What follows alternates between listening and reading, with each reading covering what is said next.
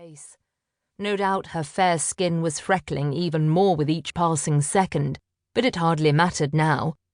For the first time in her 24 years, Lottie was free.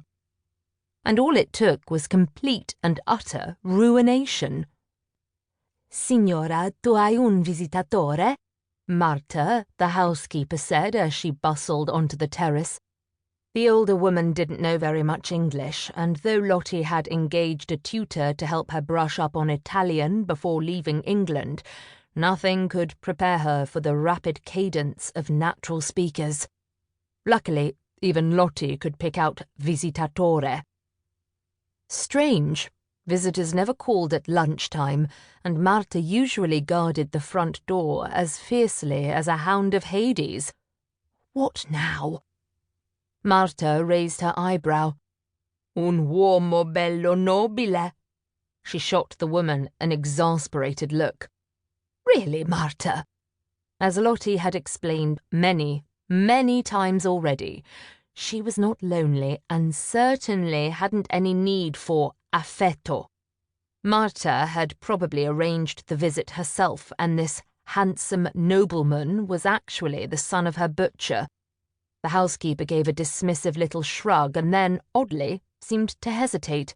Lottie only understood half of what she said at any given time, but Marta never dithered over anything. She looked over her shoulder, then gestured for Lottie to come closer. "Lui dice che è tuo marito," she whispered the last word, as if relaying some terrible secret. "Marito?" Lottie frowned.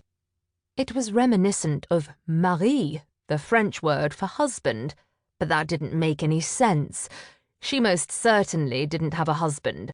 Lottie didn't have anyone. She glanced at the Italian dictionary on the terrace's lone table. Hopefully the man's English was better than Marta's, or else this would be a very short visit. "All right. You may show him out here, I suppose," Lottie said with a sweep of her hand. Marta broke into a rare smile and nodded. "Ah, bene, bene. Una riconciliazione." She clasped her hands against her chest as if this was the most wonderful news. Then her eyes sparked with that all-too-familiar determination. "I bring you tea," she declared, and hurried back into the house. "No, Marta," Lottie called after her. This wasn't a social call, for heaven's sake, but it was useless. She might be the mistress, but Marta ran the house. Lottie crossed her arms and leaned against the balustrade to wait for this handsome nobleman to appear. The thought was mildly intriguing. Given that she had barely spoken to a man under 50 since the pension Bertolini in Florence, he had been a remarkably bland German named Hans who was travelling with his father. Hans was polite, spoke excellent English, and didn't remotely interest her, but her chaperone, Mrs. Weatherby, was undeterred. "Imagine! You could have blonde children." The odious woman had viewed Lottie's light auburn tresses as an affront to common decency, a foul blemish that needed to be snuffed out before it could taint another generation. But Lottie cherished her hair. It was just like her mother's had been. She pulled her long braid over her shoulder and absently fingered the end.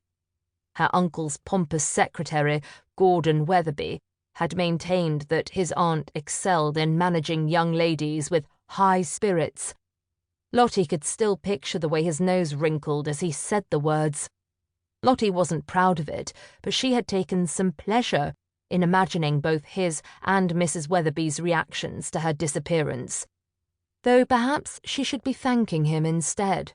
After all, if Mrs. Weatherby had been the least bit pleasant, Lottie might have been tempted to amend her plan. The sound of approaching footsteps drew her attention. They were slow and heavy, one might even say portentous. This uninvited visitor was clearly in no great rush and expected her to wait. Bello or no, this was not the way to ensure a good first impression. Lottie fixed her most disapproving frown on the doorway, where the shadow of a rather imposing